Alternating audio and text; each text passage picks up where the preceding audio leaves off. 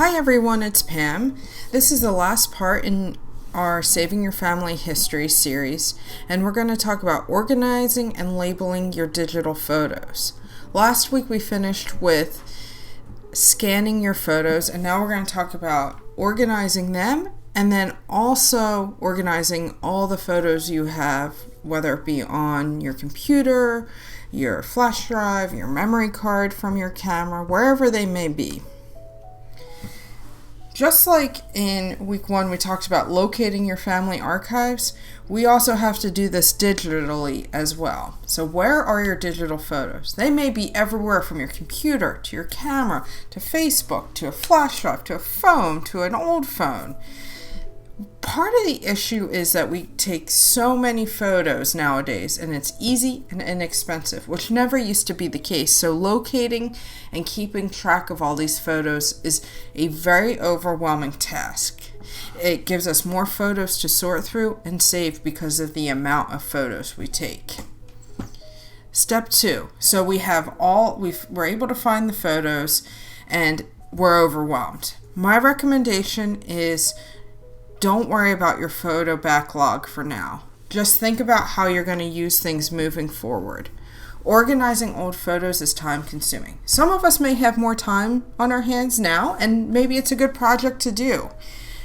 In the meantime, if you know dates of photos like spring 2020 or spring 2007 or events, birthday 2019, put those files into a folder and deal with them later in terms of labeling them. But right now, it's so overwhelming of a task. Think about moving forward and practice good photo management from this point forward. Now we have to get the photos onto our computer. We have a bunch of flash drives sitting around.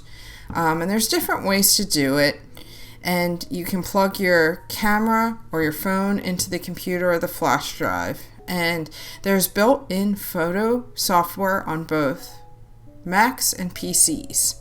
So with Macs, you're going to use iPhoto, Windows Window Photo app, or there's other photo programs out there, anything you'd like just to get them off of those devices and kind of allow you to organize them.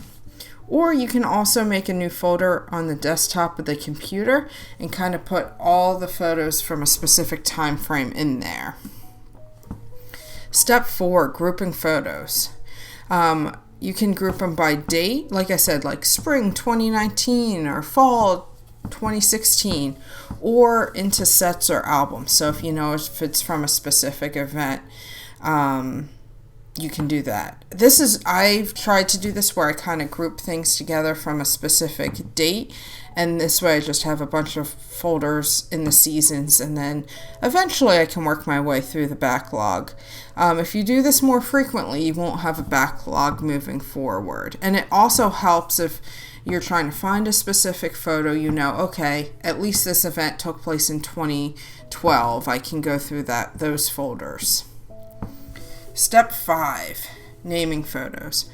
I recommend naming by events or dates, or naming photos by people are particularly challenging because if there's more than one person in a photo, how are you going to name it? If you open up your photo software on your computer, you can add information in, and that's when you can tag people and add people's names that way. I wouldn't recommend naming photos strictly by someone's name, because at what point do you cut it off? Is it someone in the background is also named in that photo? That's why I'd recommend by date, place, or event as well. So for example, birthday, spring 2010, and then 01. It's important to have as much information in the file name as you can without it being overwhelming. So if it was someone's birthday, you could put that in the file name. And then you also want to have the date in the file name as well. So if you're trying to find something quickly, you're able to sort through that way. This can be really overwhelming, but like I said, if you start and do it moving forward, you can get into a good habit of doing it. As I said, this could be very overwhelming, but if you start and get in a good habit moving forward, it'll be less overwhelming and you'll be able to find your photos moving forward. Or if you do want to get through that backlog, it is a nice thing to do, chip away 1 hour a week and go from there. Backing up your photos. It's important to have them in more than one location.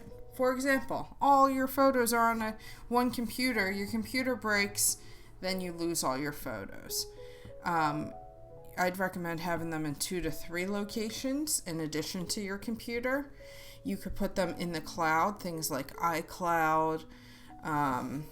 If you have an iPhone or an Mac device, Amazon has a cloud. There's a lot of different cloud storage out there. And not to get into details of what the cloud is just a way to save your photos or information not attached to a specific device. That's the best way to think about it. You can also get USB drives and put different photos on there. They don't hold as many photos, but it's good for backing things up economically. And then an external hard drive is basically like a big USB drive that has a lot of space on it. If you have a lot of photos, it would be a good idea to look into an external hard drive, and you can use that from computer to computer moving forward. Thank you all for learning more about saving your family history. If you have any questions or want some more information, feel free to email me, and I'd be happy to point you in the direction of some different resources out there. Thank you.